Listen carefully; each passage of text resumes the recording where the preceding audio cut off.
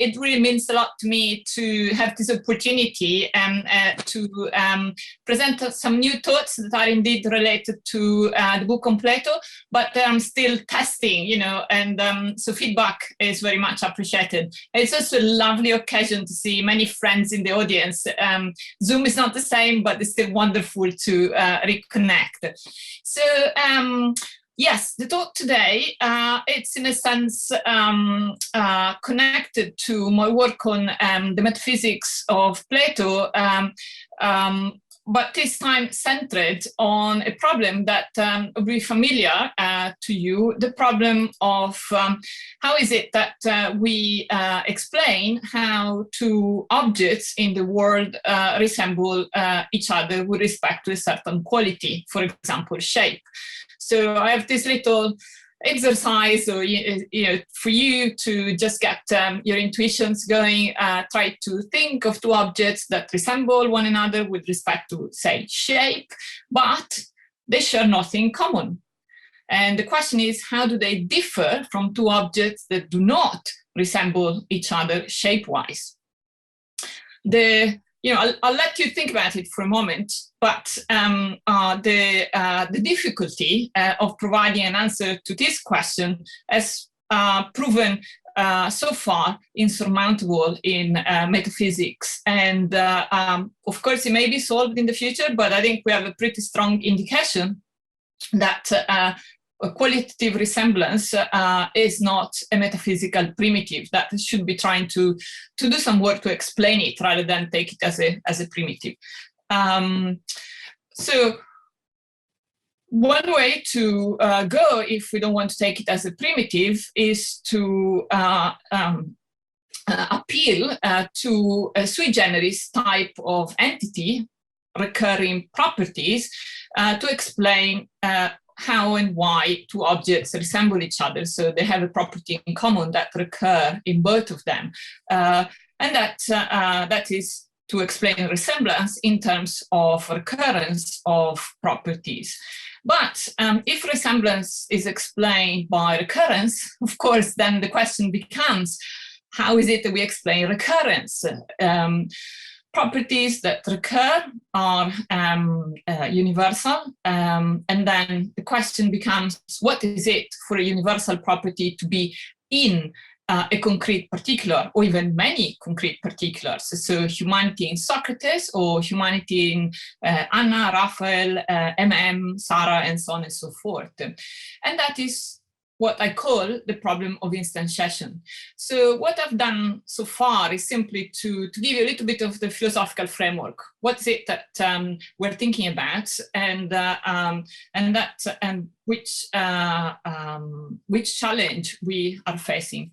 Of course, it's known to all of you that Aristotle would say, well, things resemble each other because they share a form that is wholly present in both objects that resemble each other. Here I'm using contemporary terminologies, and I'm taking a contemporary approach, but I can discuss, if you like, in Q&A, the methodology behind it. So suppose that we think that resemblance is something to be explained, is to be explained by recurrence of universal properties. Then the question is, how is it that properties that are universals recur? They are, in some sense, in objects, and the objects instantiate them. But what is for a property to be in an object? And the question has been challenging for ancient as well as contemporary metaphysicians. So here I reported the way my predecessor on the chair I have puts it, E.G. Lowe. The immanentist, he says, sees the properties of concrete objects as being ingredients of those very objects. But this description of properties being ingredients of objects is ambiguous in relation to which kind of ingredients properties are in objects. So here there are two possible ways of disambiguating the idea of ingredients. One is David Lewis, immanent universals are non-spatiotemporal parts of the particulars in which they are instantiated, or David Armstrong universals are in particulars as their constituents, but not as their parts. So by putting this characterization on the slide, I am trying to make you feel that there is a difficulty. If resemblance is to be explained by recurrence, and recurrence presupposes that properties are in objects, then the question is how properties are in objects. And the question is difficult. The question is challenging to ancient and contemporary metaphysicians. And one way to show how difficult it is to present to you some of the mainstream ways contemporary metaphysicians have tried to explain the sense in which a property is in an object. But you can, I think, see that neither David Lewis or David Armstrong proposals are easy to comprehend, and of course have been extensively debated in the literature. Now let's focus a bit more on Armstrong's proposal. His idea is that universals are in particulars as their constituents, but not as their parts. What does that mean? Well, the approach is thought to be Aristotelian. Armstrong himself declares to be inspired for his solution by Aristotle, and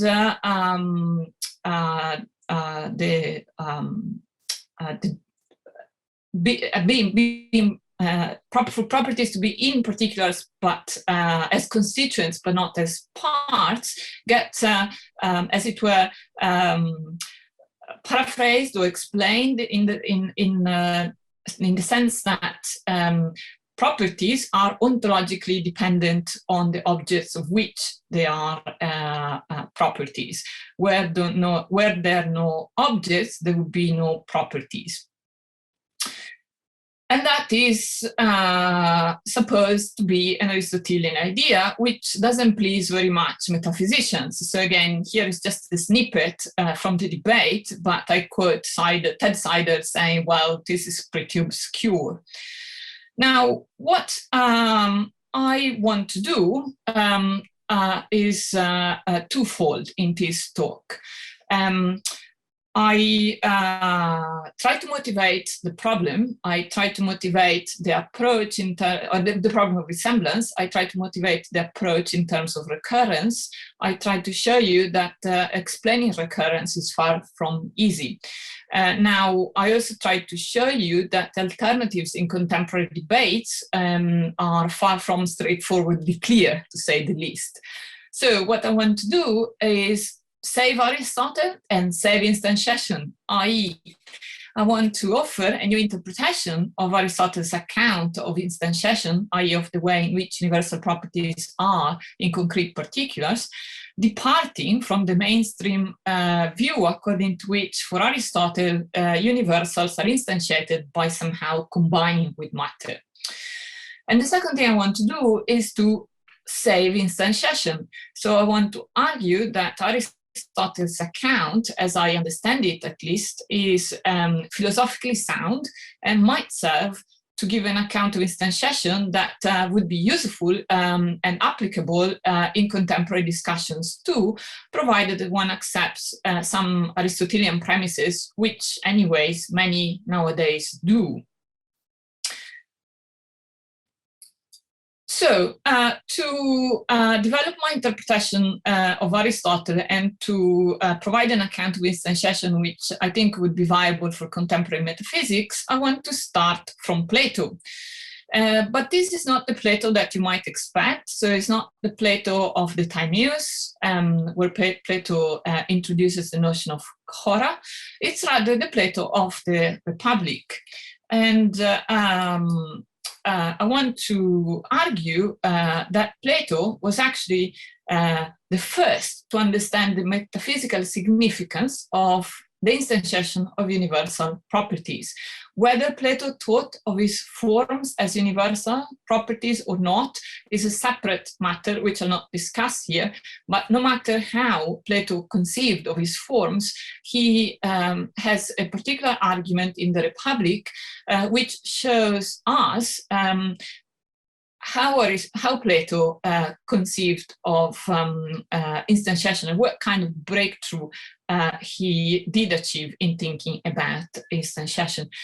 This thought experiment is in Republic 10. It is something that I did study and publish on before, but here I have something new to say about it. Let me first give the argument first. It's a thought experiment, very brief. I called it, in other work, the third bed argument. It's there on the slide. It's literally 2 lines, okay? It just goes in an eye blink. Plato says, if the god made only 2 forms of bed, then again 1 form of bed would come to light, whose form they in turn would possess. And that would be the one which is what bed really is, and not the other 2.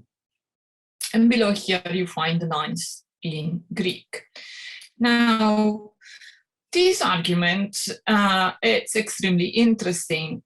In upshot, the hypothesis is that if the argument runs like this: if there were 2 forms standing for the same type of property, they would be, per hypothesis, qualitatively identical to one another, but also numerically different from each other, because they are, per hypothesis, 2.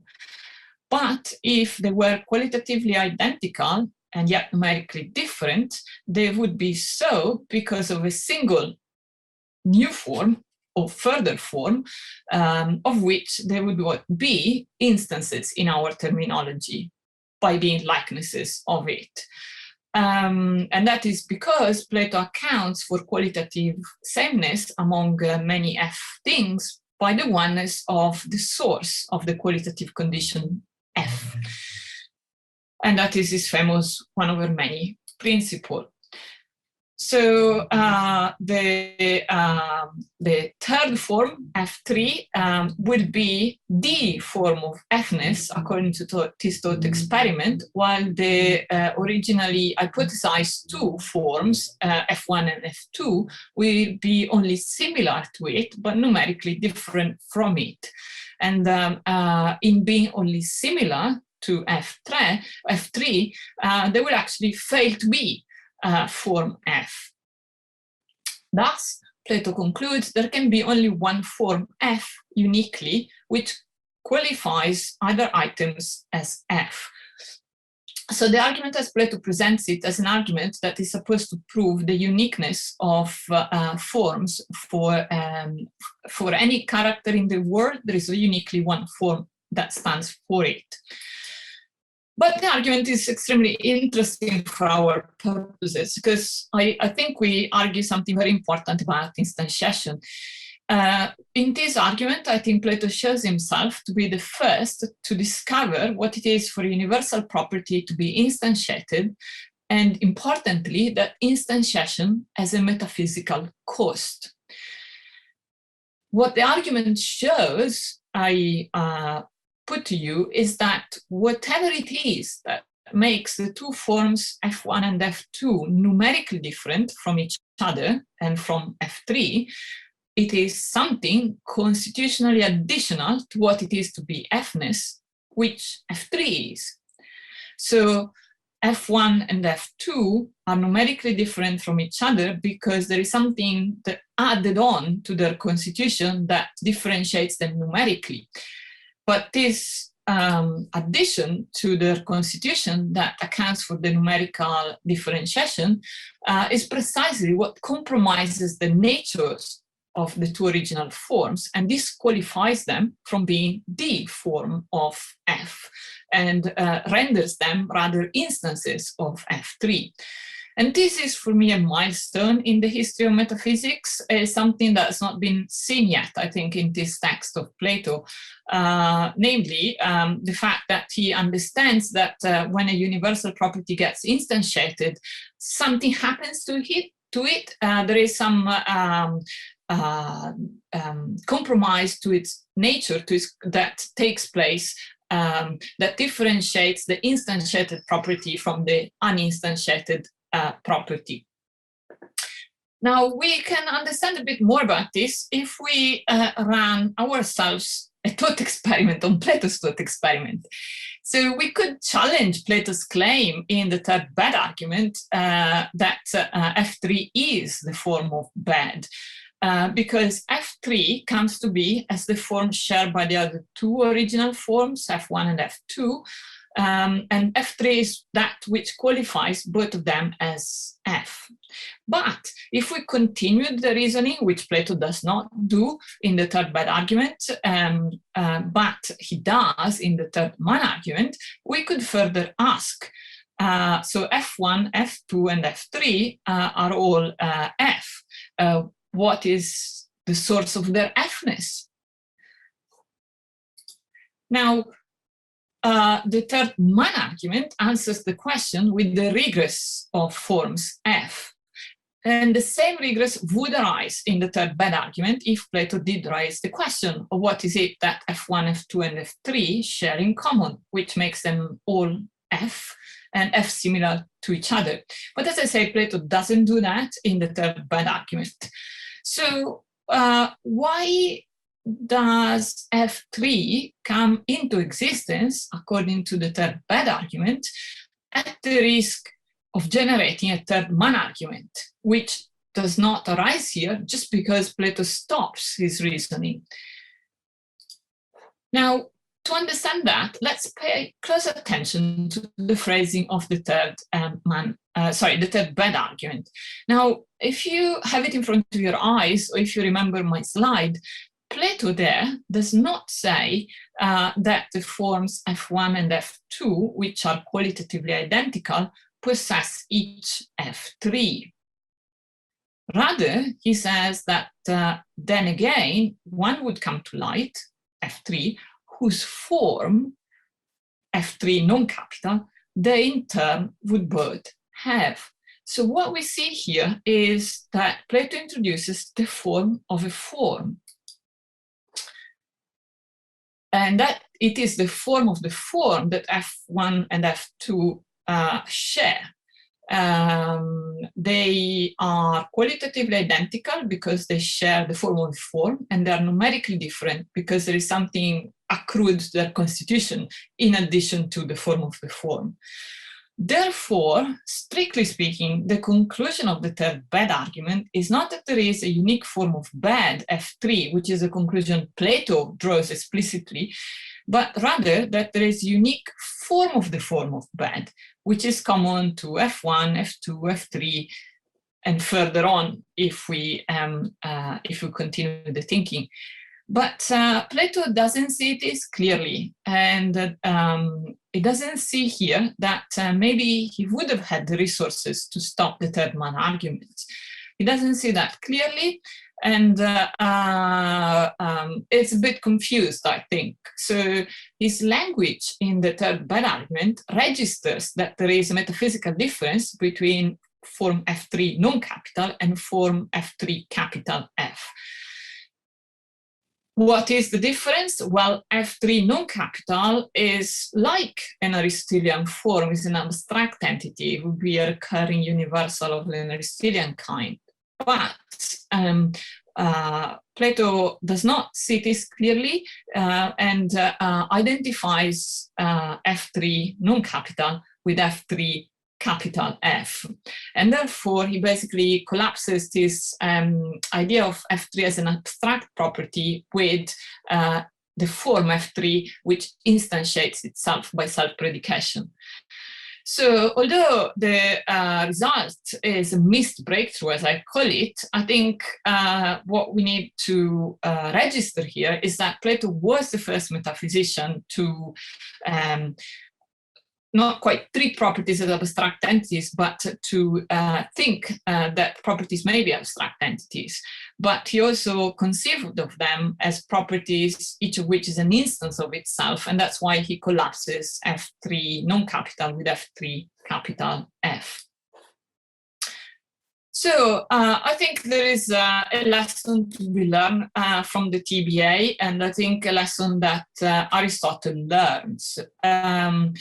Plato, I think, shows with this argument that he understands that the instantiation of a property in multiple particulars deforms the property, like the form of bad as instantiated into putative forms.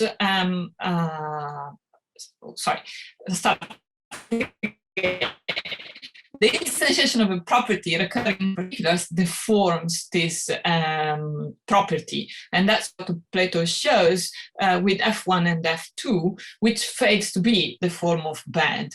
So generalizing now, what Plato discovers is that the property is instantiated by accruing something extra to its constitution, which differentiates it from the qualitatively identical instances, but also deforms it or compromises its nature. This is the lesson, that is the lesson that Aristotle, I think, will learn. Of course, there is an open question here as to what this additional element is, and it will be interesting to explore it more in relation to the time use, but we will not do it here. Here, rather, I want to now talk about Aristotle post-TBA. So Aristotle, as thinking about the problem of resemblance, thinking of it in terms of recurrence, and having learned the lesson of the TBA, namely that instantiation requires a certain metaphysical cost. This is the crux of instantiation, simply understanding that whatever allows for numerical differentiation of a property in its multiple instances comes at a metaphysical cost. And Aristotle understands this and develops, on my interpretation, a unified account of instantiation, which runs from the categories through the metaphysics, the central book of the metaphysics, an account that takes into account Plato's lesson, and an account that does not turn on the introduction of matter. These are the two claims I want to make, which I'm sure are controversial. So I want to claim that Aristotle's account of instantiation follows on from certain discoveries of Plato. It's an account of instantiation that Aristotle begins developing the categories and completes in the central books of the metaphysics. And finally, it's an account of instantiation that is not about the forms combining with matter.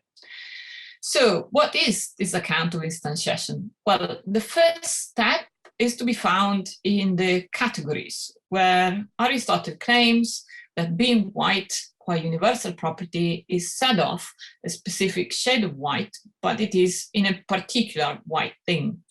So what is it for white to be in a particular white thing? Aristotle's explanation, as well known in the categories, is extremely brief. By being in a subject, I mean what is in something and cannot exist separately from what it is in. So white exists, for example, only by being present in subjects, that is, in substances. But if so, it exists as being present in subjects, or i.e. substances with other properties. That's the step that I'm adding. So by being in, for example, a polar bear, being white is going to be compresent with the other properties that characterize the polar bear. And that is important because I think this is the way Aristotle shows to have learned the lesson of the TBA. So when Aristotle claims in the categories that instantiated properties or properties that are in a subject are in them and dependent on them, he's saying that they're not on their own, but are compresent with and necessarily compresent with other properties in the same subject or substance. So the way I understand this is that for Aristotle in the categories, the properties is in a concrete particular by being compresent in that concrete particular with other properties. And being compresent with, it's a compromise in scare quotes that that the property undergoes in order to be instantiated or when instantiated. So we could think of it as this kind of necessary companionship of a property with other properties is what the universal has to undergo in order to be in a substance, which is in order to be instantiated in a substance. But that's not all Aristotle has to say on instantiation, and just anticipating a little bit where I'm going to go, Aristotle sets a further compromise that universals have to undergo when instantiated, and that further compromise is to fulfill a metaphysical function, what I call metaphysical function, which is to be qualifications of a subject. So my overall interpretation is going to be that for Aristotle, universals are instantiated by being compresent with other properties in a substance and by serving as qualifications of a substance. And these two conditions that properties have to satisfy in order to be instantiated amounts to the metaphysical cost that, according to Aristotle, universals pay, as it were, when instantiated, the cost that Plato was the first to identify. Now, as I anticipated, Aristotle, I think, has a unified account of instantiation, but that gets developed progressively. So it starts in the categories with this idea of compresent properties and gets developed further through the central books of the metaphysics. So here I'm asking you to recall the famous thought experiment of metaphysics zeta 3. You are all familiar with it, the idea that from a given substance, all properties can be stripped away, as it were, and classified in the ontological scheme of the categories. Now, what's interesting to us is that after the abstraction of all properties, there is something left behind that Aristotle calls matter, and that to which all the abstracted forms were attached in some way. Now, now what this thought experiment shows, among other things, is that a substance is not just a bundle of compresent properties. So if the categories might have left that possibility open, that a substance is compresent properties, metaphysics zeta 3 is closing that option, showing that the substance is not a bundle of compresent properties. When all the properties are stripped away from the substance, something is left behind. That means a substance is something more than all its properties. And then the question is, what more? Is more a sui generis type of being? Well, to answer the question, we have to think about what exactly is left behind when all properties are abstracted away. It's matter, it's something called matter, but it is not abstractable because everything that was abstractable has been abstracted. So if everything that has been abstracted fits within the categorical scheme, what's left behind does not fit in it. It's neither being nor a negation of being. Aristotle describes it in a baffling way. Again, I'm sure you're familiar with that. And then we wonder, is Aristotle contradicting himself? What is Aristotle saying? Does the substratum have a being or does not have a being? And Aristotle says, yes, it has a being, but that being lies outside the scope of being of the categorical scheme. So the literature on this issue is enormous. But for me, what is important is that with this thought experiment, Aristotle not only discovers that substances are not mere bundles of properties, but that there need to be a metaphysical subject to these properties. Now, the substratum, as identified in metaphysics zeta 7, is not quite the right type of subject, as we will find out, but what the thought experiment shows us is that Aristotle is searching for a subject. It's just that it can't be matter that would be problematic. That Aristotle is looking for a subject, a metaphysical subject, is clear when he's asserting that there is something of which these are predicated. But the problem is that in metaphysics zeta 3, we don't get any explanation of what this subject is and how it would operate as a subject. So to understand more about the nature of this subject, we need to move to a different text, again in book Zeta, chapter 17 this time, another text that I'm sure is very familiar to all of you, the syllable regress, which here I simply paraphrased on the slide for ease of reference. So consider a complex of elements, such as a syllable, ba, composed of B and A, consider it as unified into a whole. The whole is not identical to its component elements, because if we take the whole metaphysically apart, we still have the elements, but not the whole. Hence, the whole is something over and above, something more in relation to the component elements. But that something more cannot be a further element, because if so, a regress would arise. So again, you see Aristotle is searching for this more that differentiates the bundle of property, the substance from a bundle of properties, or the substance in this case from a set of components.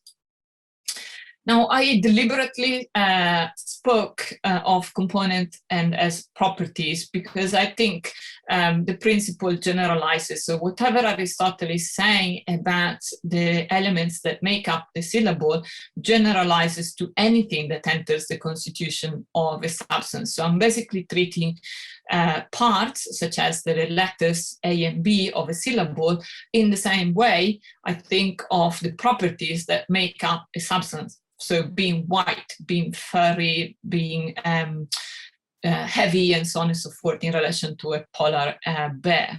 So I am thinking that in the syllable argument of metaphysics zeta 17, Aristotle is taking forward the line of thinking of zeta 3. So if in zeta 3 we learn that there is something more than a bundle of properties to a substance, here in 17 we learn that that something more is not a further property, i.e. is not the type of entity of the same kind as the entities that get unified. So what is it?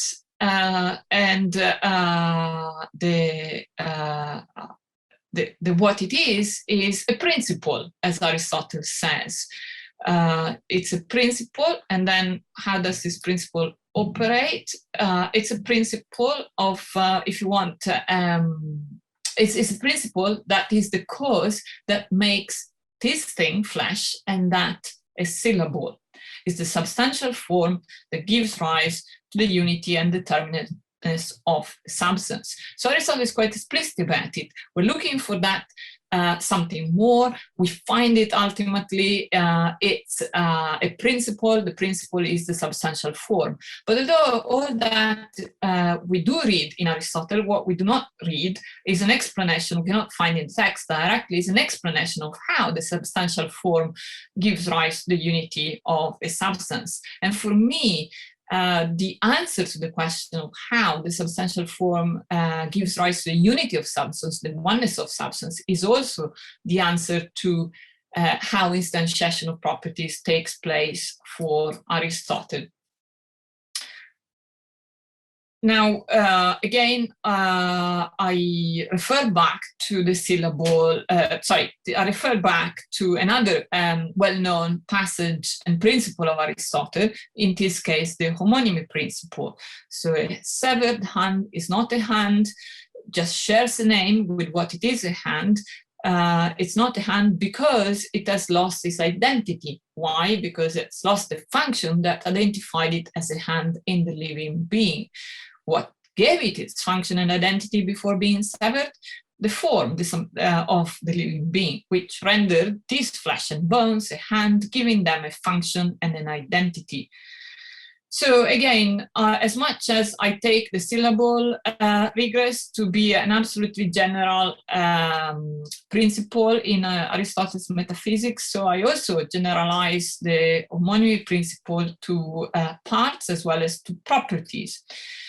And I offer as an interpretation that draws all these texts together that instantiated properties for Aristotle are qualifications of particular substances. So they are in them not as such, but as qualifiers of the substance and integrated with all the other properties of the substance. That's what instantiation is for Aristotle. A universal property is in a substance not as such, i.e. not untouched, if you want, not intact, if you want to put it this way, but rather it's in the substance as a qualification of the substance. In other words, that is the metaphysical price to be paid for a universal to be instantiated, according to Aristotle, that the universal becomes a qualifier of a substance and gets integrated with all the other properties of the substance. So it is in a substance with other properties, and by being in a substance becomes a qualifier of a substance integrated with all the other properties of the substance. And this is made possible by the substantial form, which operates as a principle that generates that metaphysical subject that Plato was searching for in Zeta 3, but hadn't found yet, and finds now a metaphysical subject that collects all the properties of the substance as its qualifications. So here I just offer a way of thinking about this or visualize it somehow. The substantial form operates like a function whose inputs are the universals, if you want, and whose output are the qualified substances or substance in an individual case. So this is what happens. This is what instantiation is. Universal properties being operated upon, if you want, by the substantial form, which renders them qualifications of a substance, qualifications of a subject, and integrated with all the other properties of that subject or substance. So as we approach the end of the time for my talk, I just want to draw my general conclusions. So what I wanted to do in this talk is, first of all, to give you a sense of what gives rise to the problem of instantiation. The problem arises because we try to explain resemblance in a way that doesn't posit it to be a primitive. So there is resemblance, recurrence is brought in to explain resemblance, but then recurrence opens up a further problem, instantiation of universal properties. That's a general broad conceptual scheme. Now that is, the question then becomes, how is it that universal properties get instantiated? And that is a problem for contemporary metaphysicians as much as it was for ancient metaphysicians. Contemporary metaphysicians have offered a number of accounts, but it's arguable, disputable, whether their accounts are better than the one Aristotle himself offered. What I try to do, although quite quickly in this talk, is to offer my interpretation of Aristotle's account of instantiation, which according to me has nothing to do with form and matter combining somehow and matter particularizing the form. Rather, in the account that I offered, Aristotle thinks of a universal being instantiated by becoming the qualification of a subject and by being integrated with all other properties of that subject. Now, becoming a qualification of a subject and becoming integrated with other properties of a subject are Aristotle's way to flesh out, to implement, if you want, that original intuition that Plato had in the third bed argument that for a universal to be instantiated, that universal has to be somehow compromised in its nature. So the ambitious conclusion that I put forward is that Aristotle has a sound account of instantiation, and if that account is compared and contrasted to contemporary accounts, which here I didn't do, but just hinted at, then it's even a preferable account, metaphysically speaking, to modern ones. And that is the end of my talk. Thank you very much indeed.